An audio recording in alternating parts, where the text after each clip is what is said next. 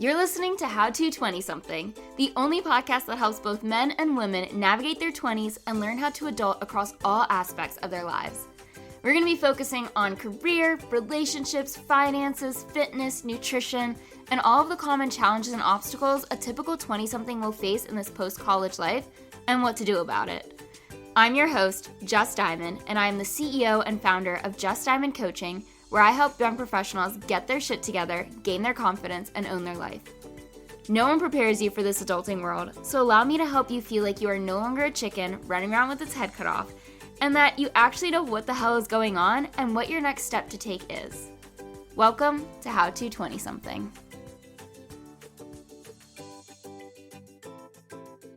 Welcome back to another episode of How to 20-something. Today, I've brought on one of my clients, Julia, to talk about the married life and all that comes with it. We're going to highlight wedding planning with two very different families, the modern married world, the work we've done together that has an exceptional impact on her marriage, and what happens when the wedding's over.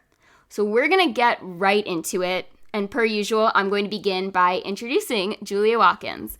Julia grew up in Charleston, South Carolina, and attended the University of South Carolina for both undergrad and graduate school, where she graduated with a bachelor's in communications in 2015 and a master's in higher education and student affairs in 2018.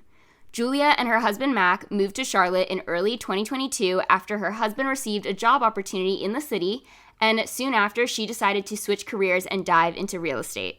She is now a residential broker/realtor with Berkshire Hathaway Home Services and loves it. She specializes in helping first-time home buyers understand the process of building wealth through real estate and is excited to continue building relationships with new people. During her free time, she can be found exercising at Solid Core or Bar 3, chasing her dog Leo in their backyard in Cotswold, or meeting a new Charlotte resident for coffee to help get them plugged into the community. Julia is here today to discuss married life, and we'll be back with another episode to discuss the first-time home buying process in the future. Hi, Julia. Thanks for coming on the show. Hi, Jess. Thanks so much for having me. It's great to be back. Yeah.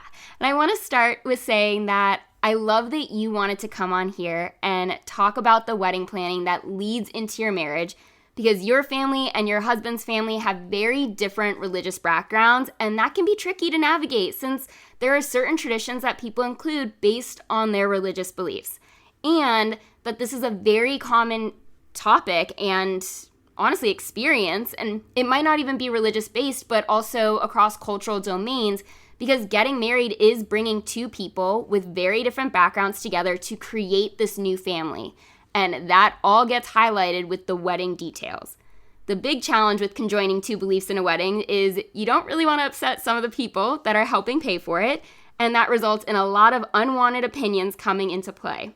Can you take us through some of the decisions that had to be discussed in regards to this topic and how you guys came to an agreement with certain things?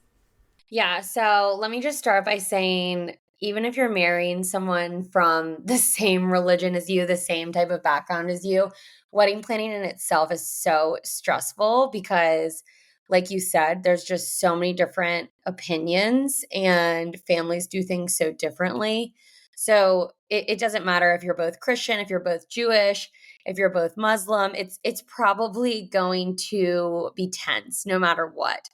When there's, a good bit of money involved, people are just stressed and, you're on a timeline. So first and foremost, one recommendation is hire a neutral party, usually a planner, to help navigate those waters. I remember when we were hiring someone, I was like, not only are you going to help us organize this event, but like you're going to be a part-time therapist for navigating these different relationships during this time. So make sure that your wedding planner knows that there are going to be differences and they should be able to help talk you through that. So I grew up, my parents were in an interfaith marriage. They are divorced for many years, got separated when I was very young, but my mom grew up Jewish. My dad grew up Catholic. I identify mainly as Jewish, and Mac identifies as Christian. So it was tricky for us in the beginning because I wasn't super religious, but I did want some of that Jewish culture in our wedding. And I knew that I wasn't going to be comfortable getting married in a church. And Mac knew he wasn't comfortable getting married in a synagogue. So we kind of decided that we would get married outside. To me, I have always felt a spiritual connection to just in the outdoors by the water. And he agreed that that would be fine with him, and he can make that work. And so we decided on this outdoor venue, and it ended up being really funny because it actually ended up like torrential downpouring that day. So we didn't even get to have it outside, which was like the whole point of this non-denominational ceremony, whatever. But it's fine. Ended up being a lot more intimate. We ended up getting married in the lobby of our reception venue. So just also remember, anything can happen and anything goes. In Charleston, there's a lot of hurricanes and people have to switch last minute. And so as long as you're flexible, I think it's fine. The most important thing is, your vows and that you're celebrating this union between you and your partner. So with that, like I said, I wanted something from the Jewish culture, Jewish religion. So for that, I had both my parents walk me down the aisle, which is like a Jewish tradition at Jewish weddings. You'll see both the mother and the father kind of escorting the bride down the aisle. And that was really, really special to me, especially because they were separated. I felt like my mom deserved to be there just as much as my dad did. And then for Mac's side, we actually had his mom read a passage from the New Testament. So that was kind of like the nod to the Christianity part as well. So we did not have a pastor or a rabbi marry us. We had a mutual family friend who it was a family friend of mine, and actually Mac worked for her. She was a judge in Charleston that Mac interned with, and we just both respected the heck out of her and really, really looked up to her. So we thought that she was a perfect person to marry us. And that was something that was really important to us, someone of really high moral character that be really present and listening to and would give us little tidbits of advice all along the way. So yeah, that's how we got from both.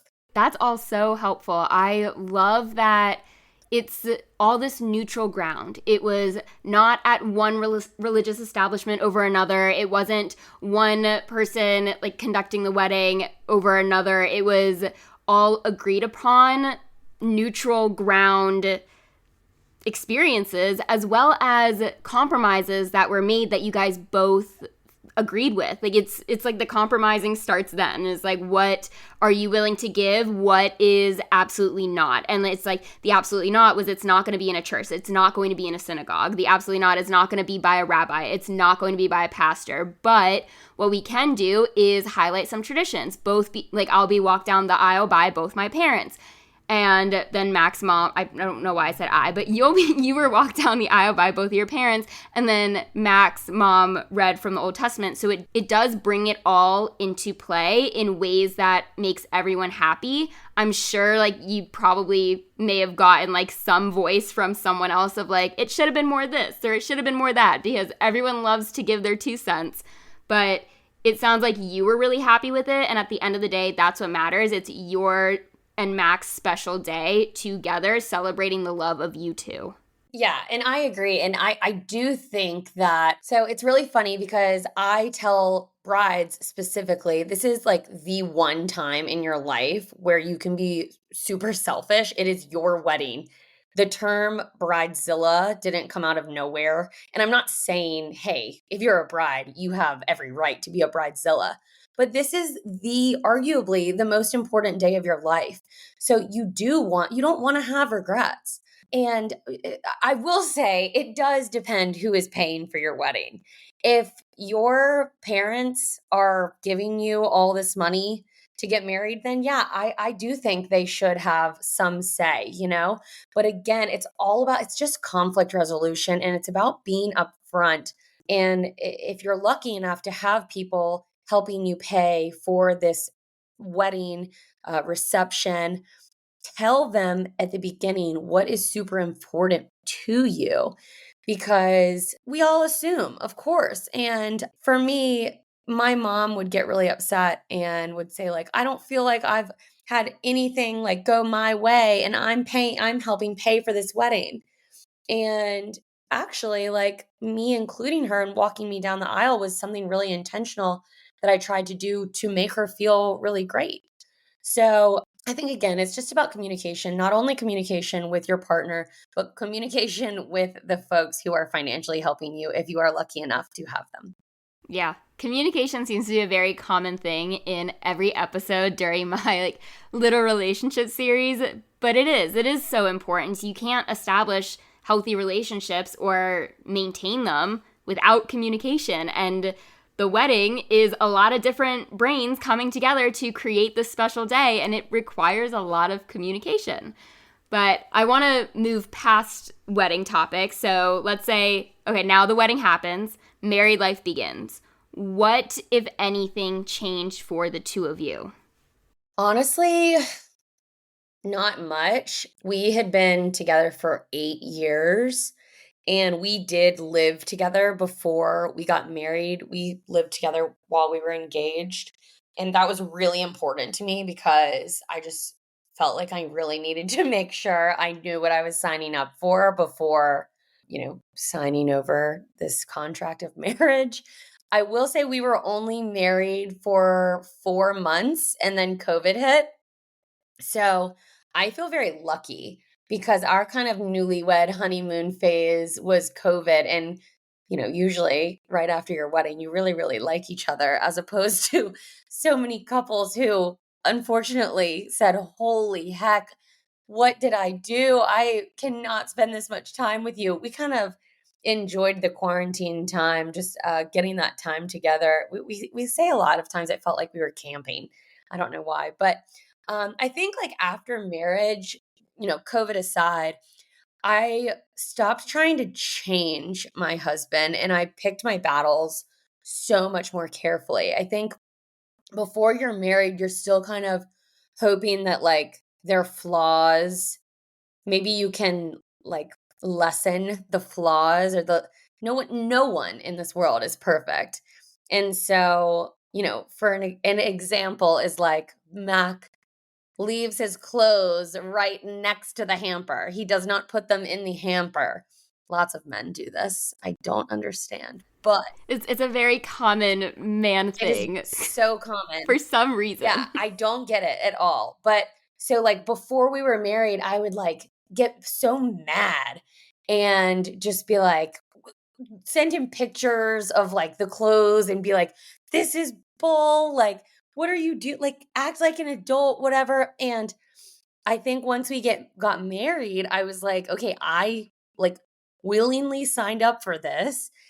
And is this annoying? Yes, but is it worth this fight? No, because I need to foster and feed this healthy marriage. And so now, you know what? Every once in a while, I just put the clothes in the hamper myself and bite my tongue.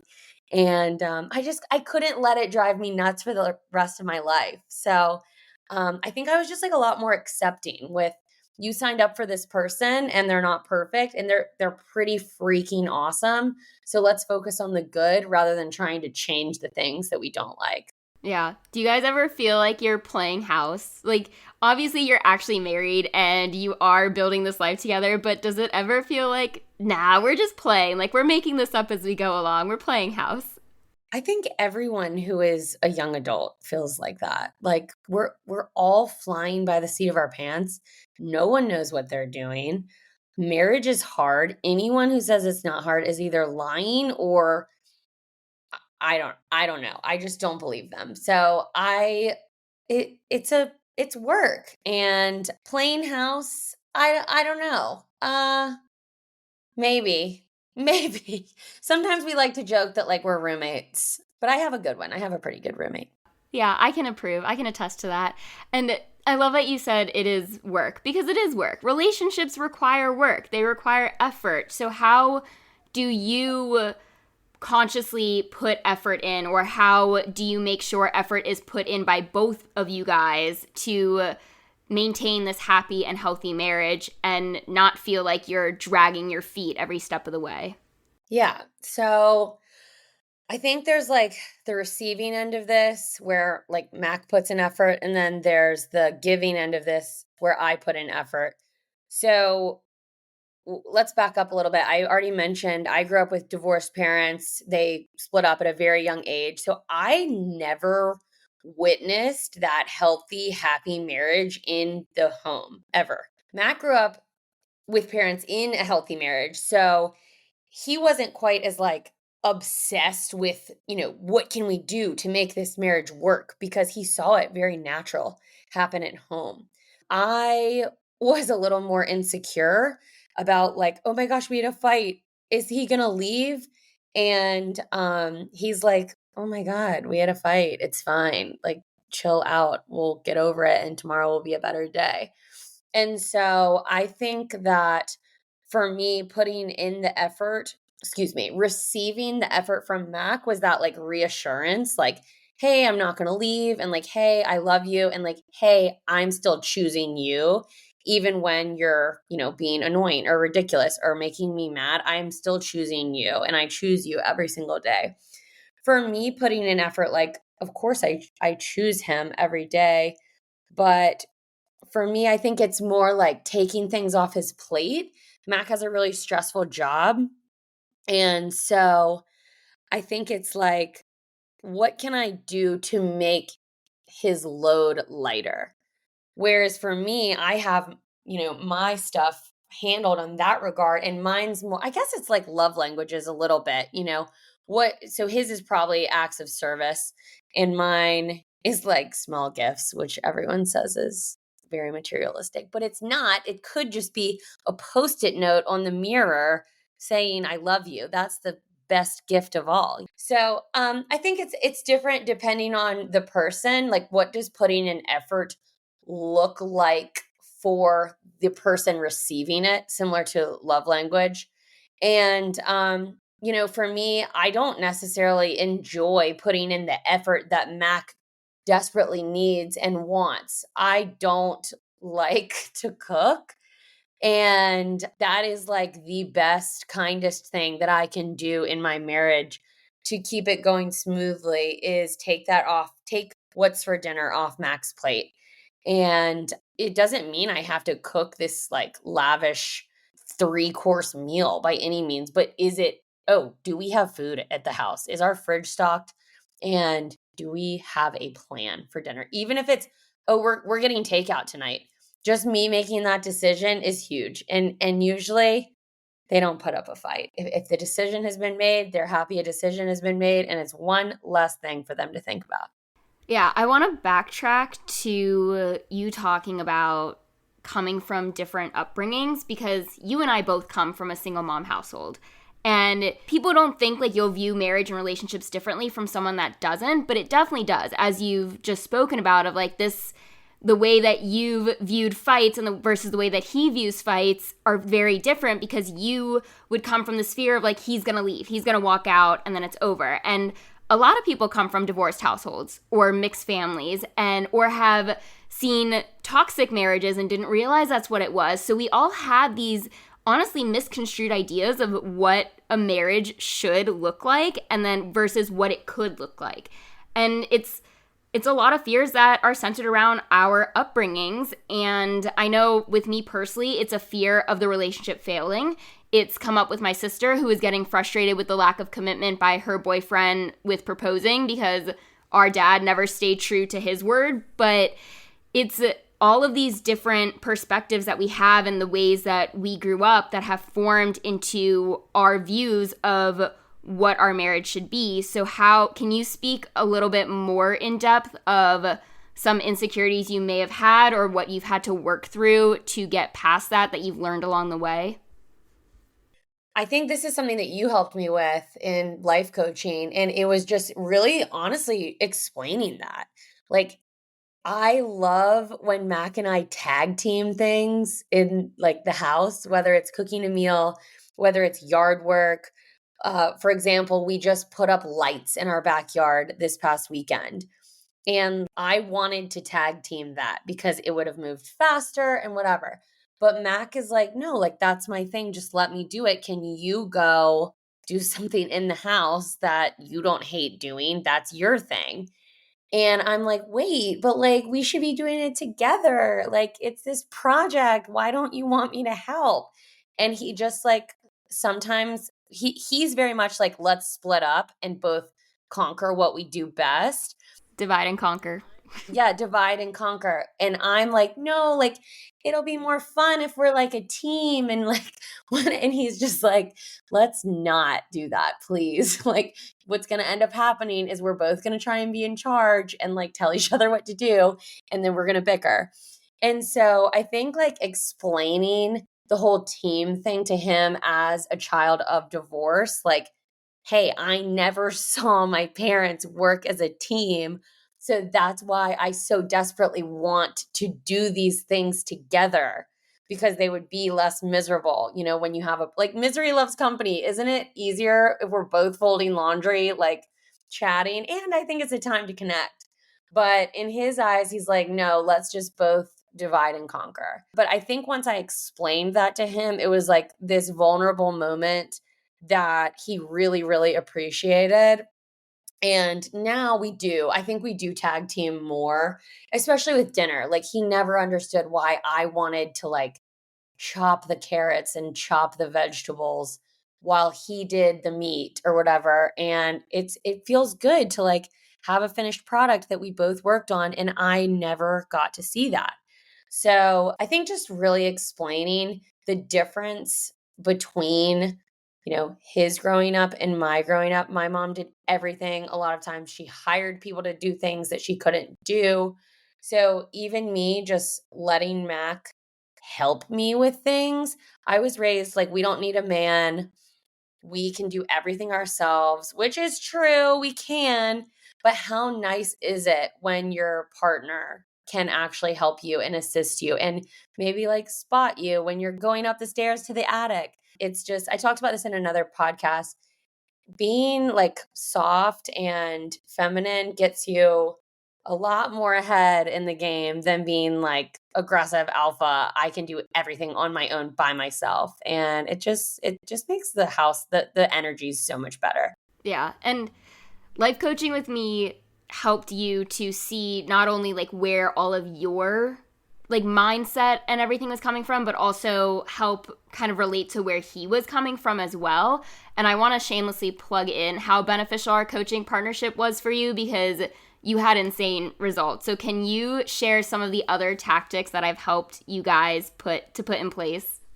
Yeah, I talked about this on another podcast I went on. I love the options. The options is one of my favorite strategies that we did when you're struggling to make a decision. I always use dinner as, or like okay, let's say it's a vacation. Like you and your partner know you need a weekend getaway. But that's a lot of work on one person to plan a whole weekend getaway by themselves. And what usually, I mean, I may be wrong, but what used to happen with us is we'd be like, yeah, let's plan a weekend getaway. And he'd be like, okay, yeah, like go ahead. And I'd be like, well, wait, like, where do you want to go? And he'd be like, no, I'm fine, like with whatever. Like, you just let me know where we're going. And I was like, well, now it's like not even special, because I don't know. And I'm insecure about my decisions. And like, what if I like put together this whole little proposal and then you don't even want to do it? Then I'm going to get frustrated. So the options, which is what you taught me, would be like, okay, we both want to go on this weekend getaway. Here are three options, and like they can be totally insane. Like it's basically just a way to get a conversation going and to get the other party to say something besides, I don't care, you do it. So let's say we want to go on a weekend getaway. And like, by the way, none of these options are feasible. But I would be like, okay, do you want to go to Argentina? Do you want to go to Myrtle Beach? Or do you want to go to Canada? And then he'd be like, well, I definitely don't want to go to Myrtle Beach. Like, it's the middle of winter. Why would we go there? And so then I'd be like, okay, so you want to go somewhere cold, like, and snowy. And then he'd be like, yeah, that sounds better. And so then again, and I'd be like, well, now you give me three options that are cold and snowy that maybe you'd like to go to. And so then he'd come back and he'd be like, all right, Colorado, because we definitely can't afford to go to Argentina. So he'd say Colorado, the West Virginia snowshoe, let's go skiing there, or Maine. And then I'd be like, well, I'm really not down to ski this year. And I've never been to Maine, and I really want to go somewhere that I've never been to. I'm going to look into Maine. Let's look at some hotels in Maine. And so now we have kind of sort of come to this narrowed down decision making together. And it's all because I started a conversation and gave him three options. And then I listened to the response and figured out kind of what he wanted. And by the way, women should not be the only ones doing this. Men can do this. Your partner can do this. It should not be a one-sided street. And I think that was something that you really kind of preached, was like, Julia, you should not be the only one giving the options. Make sure that he is also giving you options every once in a while as well. And I'll say he doesn't normally give me the option. I'm normally the one who initiates the option conversation, but it's so much better than just trying to plan whether it's dinner or a vacation or anything. It's so much better than having to do it by yourself. Yeah, and even if you have to nudge the options of like, okay, give me some options, so then it reminds him to do it. That was something that you and I talked about as well. And it is important. And I want to say, like, your initial reaction to it was, it's like he's a toddler. And I was like, no, everyone needs options. And you were able to kind of connect to that of like, oh, wait, I also like options. I don't like when there's so many options that you can't pick anything, when it's like all just a blanket statement of where do you want to go for dinner, or where do you want to go on vacation, or what chores do you want to do. It's like, no, like my brain is thinking of so many things all the time. I need it to be narrowed down for me of like top 3 or top 2 so we can go from there. And it does. It just creates more of a limiter and like a narrow track to go from, so it's not so broad and you're not like basically paralyzed by all of the decisions that have to be made versus narrowing it down. Yeah, no, I agree. And that's another thing I would just say about life coaching in general is, like, every time we had a session, I would just take away these huge golden nuggets. And I know I'm blanking right now on so many of the other things that you and I talked about, but like they're in my back pocket. I'm just put on the spot right now. I'm sorry. It's okay. What made you realize life coaching was the route you needed to take over therapy? Because before you answer that, I want to give like background to the audience of Julie and I met at an in-person boundaries workshop that I was doing, and I gave an example of a boundary, and she raised her hand. She's like, I can relate to that. And it just started the conversation going, and she realized, she's like, oh, I think I need life coaching and not therapy. And this is a common reaction to a lot of people where they realize therapy is so beneficial. I want to say that first. I just started therapy, honestly, so I know how beneficial it is. But sometimes therapy can only take you so far. So what was your kind of light bulb moment that I need life coaching and not therapy right now? Yeah. So, full disclosure, I kind of thought life coaching was like bull crap before I met you, Jess. And now I'm like the biggest believer in it ever. I'm also a huge believer in therapy. I love therapy. I tell all my friends, please go to therapy.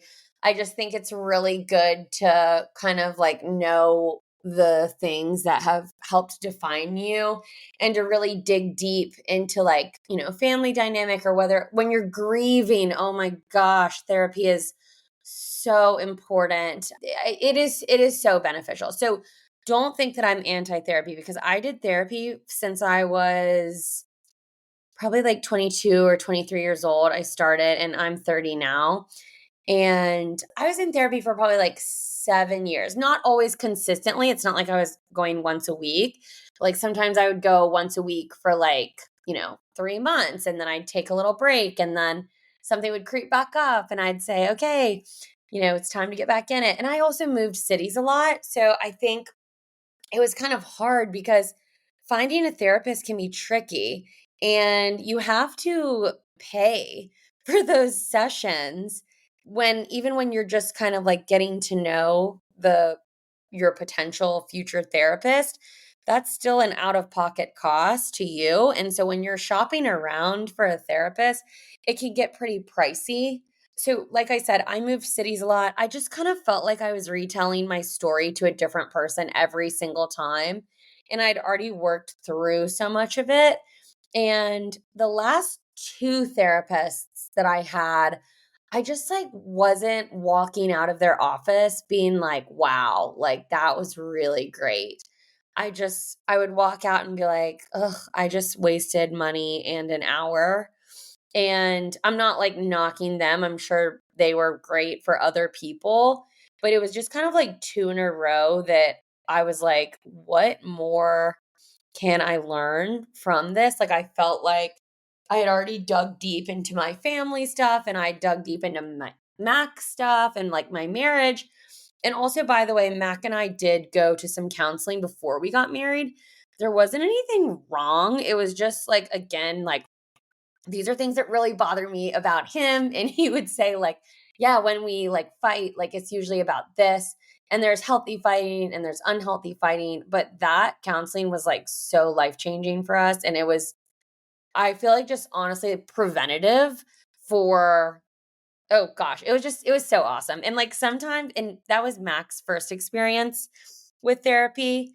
And all in all, I've had fantastic experience with therapy. But my last two, I just kind of would walk out of there thinking like I could have gained a lot more. And so then I was kind of, looking or whatever. And then I met you. And after our like consultation call, and I was in a huge period of transition. Like we had just moved to Charlotte. I had just started a new career. We had just bought a house. There were so many brand new things in my life.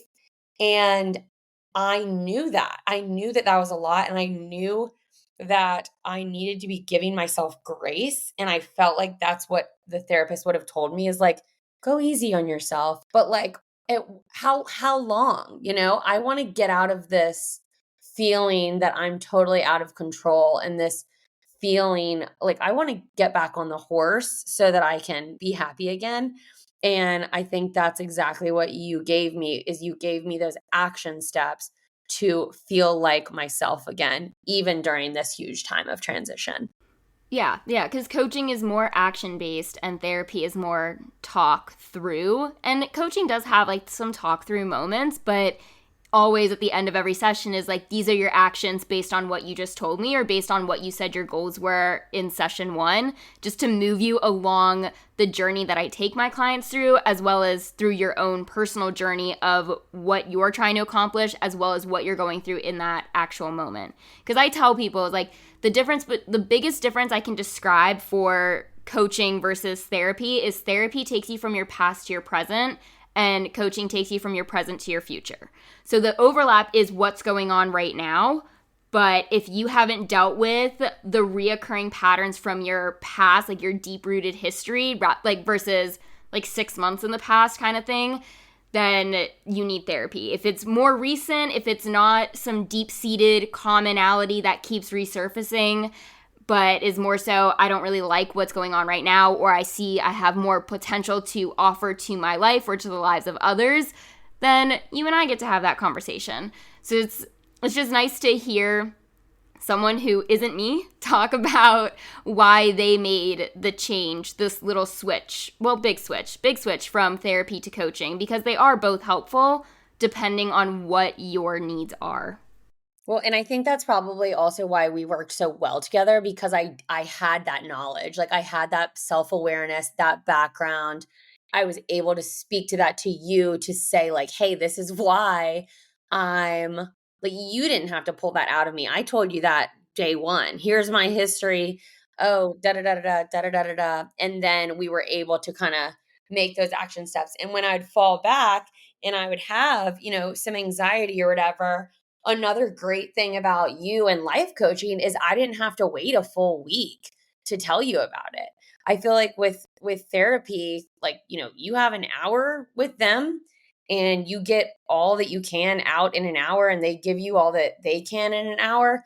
But with you, if something happened in the middle of the week or if I was like feeling really anxious about, a weekend plan that I had, like I could just call you up or text you, or actually I sent you a lot of voice notes, and like you'd pick up the phone and we'd talk through it together. So that to me, I mean, I think a lot of people say, "Oh, well, like life coaching's too expensive for me."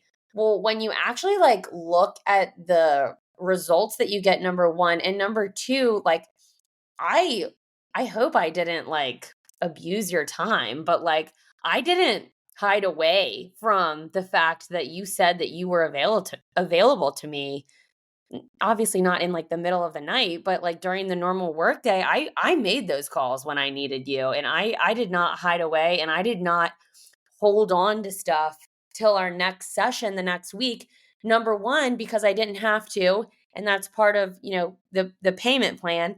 But number 2, because I knew that we had stuff to get done in that next session that was then going to propel me so far forward, and we didn't have time to go through, why I felt sad last week or why I felt anxious last week. We just didn't have time. Like we were moving forward, and it was just like it was such a fast movement for me. It was really, really awesome.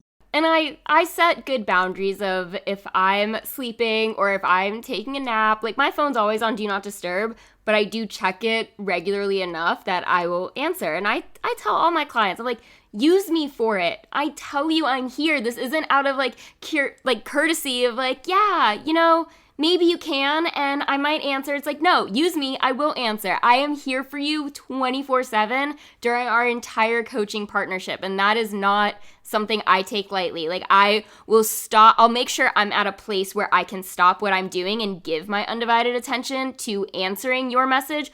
Or I'll say, I can't answer this right now. Like, give me 30 minutes or something, or give me an hour, give me 2 hours. Like, I will get to it. So, I'm here, I have your back, but I also do have other clients and I have other things going on in my life. And not everything gets put on hold on like the absolute second, but sometimes you honestly got very lucky. A lot of times you called me, I was in a place where I could answer right away and I could talk to you. I could coach you through whatever was coming up. But it's one of the valuable things that I offer when you work with me, because it's not a cheap thing. It's an investment, but it's an investment in progressing your results and your growth so much faster than if you were to do this by yourself. Totally agree. Totally agree. Okay, let's go back on topic to marriage, because I want to talk about modern day marriage. So like the difference between being married in today's world versus maybe the way we grew up or the way we viewed marriage as a kid, or even how we saw our grandparents being married. So I want you to just describe your differences or the comparisons you see or feel, and any other topics you want to add to that. Nowadays, I'm a millennial. I don't know what you are. Maybe Gen Z, maybe millennial. I don't know. I'm a confused person. Okay, perfect. So now, let's say 20 somethings, it's just so expected for women to work and for like both parties to bring in the income. And in my opinion, that is fantastic, because if women want to work, then they should work.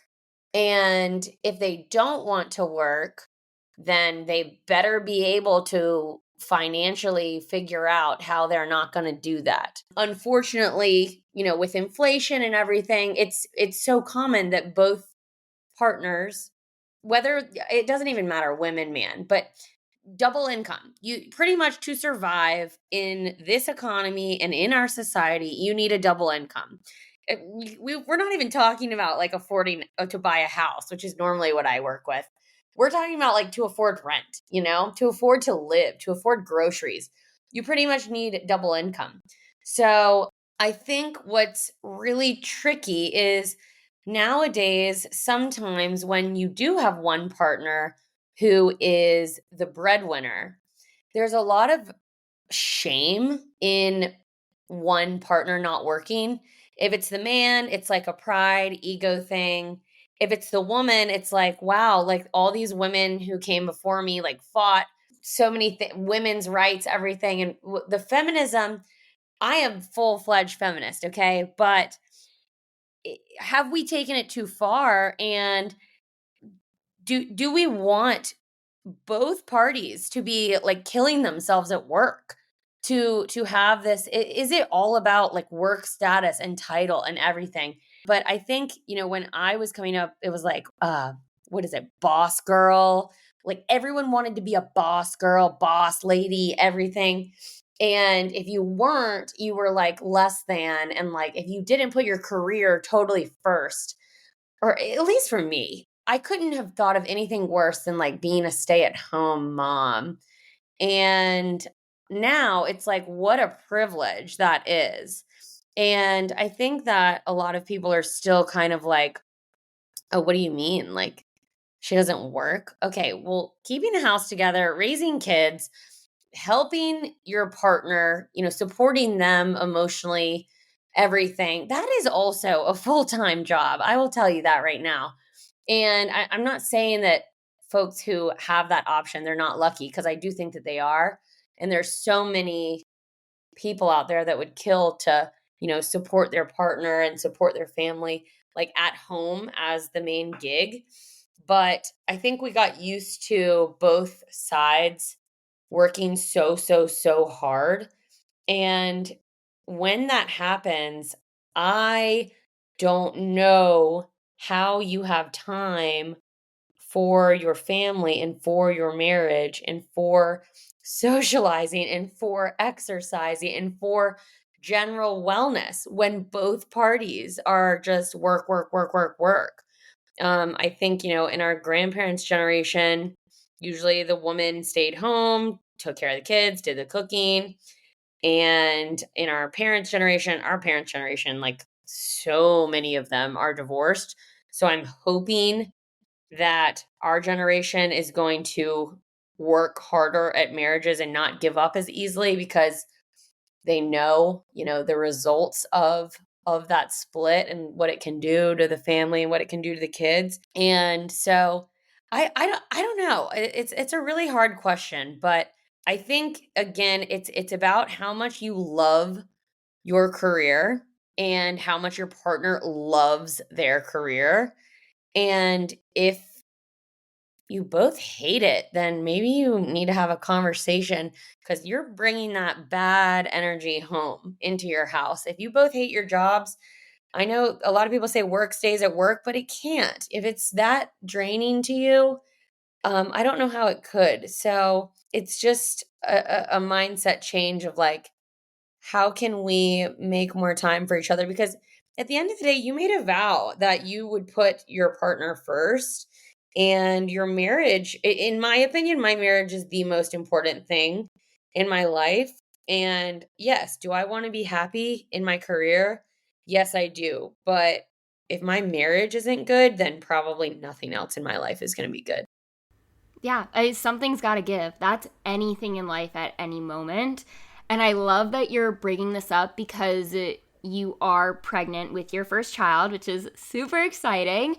And you are a kick ass real estate agent. Mac is a full time lawyer, and there is balance that has to come with it. There was balance with your first trimester of not feeling well and then also learning to not be so hard on yourself when you couldn't be the kick-ass real estate agent that you were like before you found out you're pregnant, before you started experiencing all the pregnancy symptoms. Like with that in mind, how do you plan to balance a baby with your careers, with this give and take that has to come, with the importance of family, the importance of your marriage? How have you guys talked about this conversation, or what do you plan to do once the baby comes? And any insight that your specific situation is planning on handling, like, well, not your situation, your specific marriage, your specific life is planning on handling a baby coming into the picture. Well, I want to back up, and I want to say anyone who goes the daycare route, I don't think that they're putting their career before their family by any means. So many couples, like, they both work, they have to work to pay their bills. And I feel like very fortunate that I'm in a position where we were able to sit down and say, what actually makes financial sense. The cost of childcare is so, so, so high. And when you like really think about, okay, how much money do I bring in? How much money does my partner bring in? If we were to pay for daycare, how much money would we be spending versus if you're in a career where you can work from home? And like, I know a couple that they both work from home and they like trade off every, 30 minutes, like watching the kids. To me, that sounds miserable, but it works for them and they probably save a ton of money. They have no childcare expenses. Are they insane by the end of the day? Probably. But that's how some people do it and it works for them. And they're like, if we can just, do this for a year and a half, then we're gonna do it. And then hopefully things will be a lot smoother. Well, how do you specifically plan on navigating this? Because it's not to say like your way is the right way and everyone else is a shit person because they don't want to put their like again, like not they don't want to put their family first, but sometimes they can't. And you're in a position where you can, and you and I talked briefly about like what that's going to look like. Luckily, the people listening are not mostly like not people that have kids or are about to or are like currently pregnant for the most part, but it is in their future potentially, like they are going to have kids. So it's just nice to have this kind of information in the back of their mind of what is someone else doing that is a little bit ahead of them in life than where they're at right now. Yeah. So I will say, like 5 years ago or something, I was talking to someone and I was like, oh no, like I'll never be a stay at home mom. Like my kids would just like drive me insane. Like I want to work. Why would I ever give a career up to, be home with my kids? And I still like, I mean, maybe when he's born, I'll feel differently. I'm sure like I probably sound so naive right now because I have not had the experience of having a child of my own, but I just was so anti staying at home. And now it's just like what makes logical and financial sense for your family.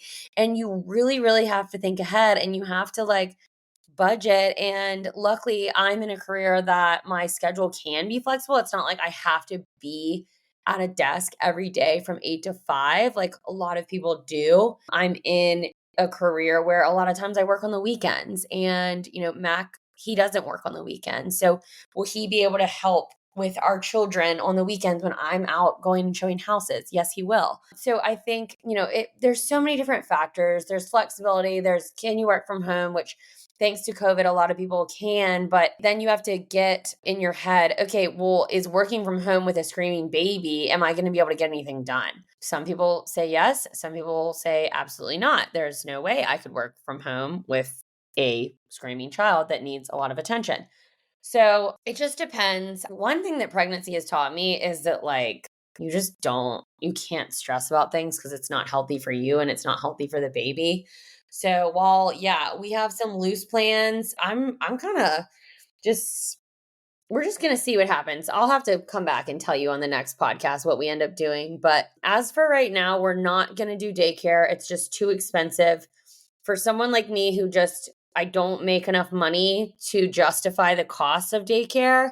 It doesn't make sense to go that route. And as someone with a flexible schedule, I hopefully will have clients that are kind and can say, yeah, I can go see this house at like 11 a.m. or, 6 p.m. And that way, like, Matt can be home to take care of the kids, or I'll like hire a babysitter or something like that. But I think it's just like really about what works for you and your family. And you do need to take into consideration like careers and finances, and how much do you really love your career. And like if it's not that much, maybe there's a more flexible option out there and you can explore that. But nothing is set in stone, and even once it does get set in stone, things can always change. Oh, yeah. Life is very unexpected in the worst and best ways possible.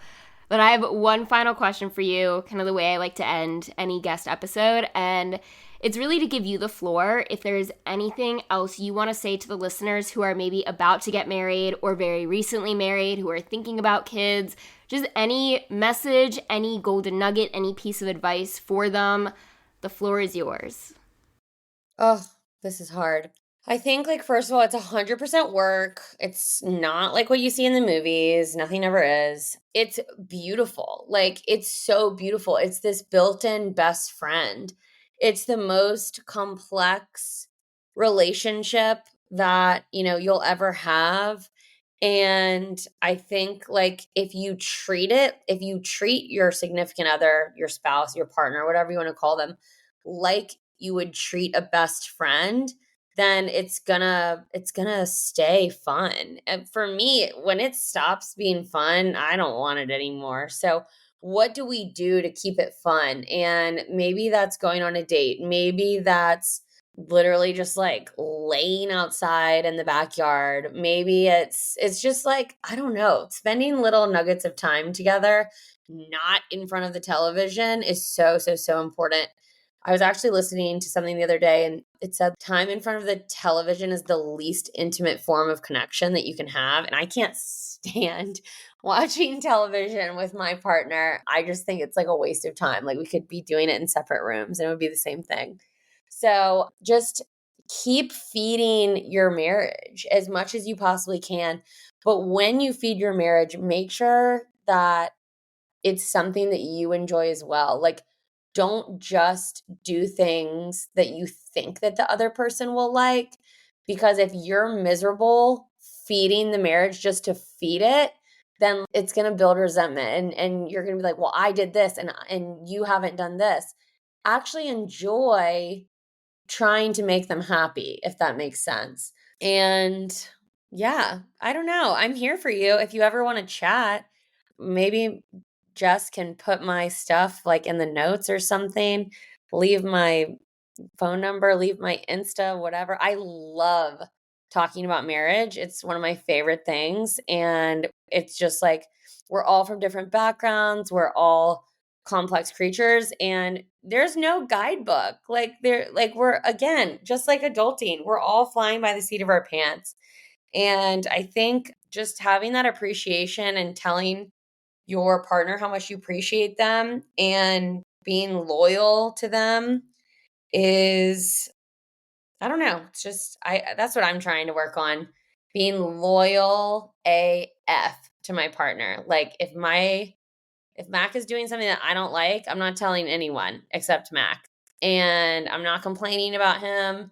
I'm not, I mean, yeah, if you have a therapist or a life coach, you can tell them. But I'm not telling any of our friends. I'm not airing our dirty laundry. Like, he's the best. And I'm going to talk about his great qualities because I would want him to do the same for me. Yeah, exactly. I tell people that all the time. I was like, absolutely do not talk to your best friend about, like, if you're in the middle of a fight with your husband or just your partner in general, do not talk to your mom about it. Like, talk to someone who is that, like, neutral ground that's not going to have this, like, tainted taste in their mouth based on what, even, like, that's not your intent. You're going into it with just to vent or to get some advice, but that's where coming to a coach or a therapist is a lot more helpful than to someone that is going to be around your partner a lot at a lot of different family events. But I want to thank you for that golden nugget piece of advice and for coming on How to 20 Something to discuss married life. I think you said you love talking about married life because you and Mac both have cultivated this loving marriage together. And that's why it's something that makes you happy to talk about. Yeah, thank you so much for having me. I do love talking about it. And I do feel like, we're in a great place. And life is a roller coaster, and marriage can be a roller coaster too. You'll have a good month, you'll have a bad month. That doesn't mean it's over. And you can always get back on the up and up anytime. It just takes a little bit of extra effort. So thank you so much for having me. It's always a pleasure just chatting with you and talking with you. And I can't wait for the next one. Yeah. And Don't worry, guys, to you listening. Like I said earlier, and as Julia said, like, she will be back. I'm going to be bringing her on in the future to talk about real estate and buying your first home and what that looks like, what that process is. But for now, if you want the best real estate agent in the Carolinas, you can head to the show notes and contact her directly. If you want to ask her questions about how she's handled certain things in her marriage, also in the show notes, you can contact her. But otherwise, this concludes another episode of How to 20-something. If you liked what you heard, please share it with a friend, share it with your partner, post it on social media, and tag me at coach.justdiamond when you do. And I will be in your headphones again next week with another episode of How to 20-something.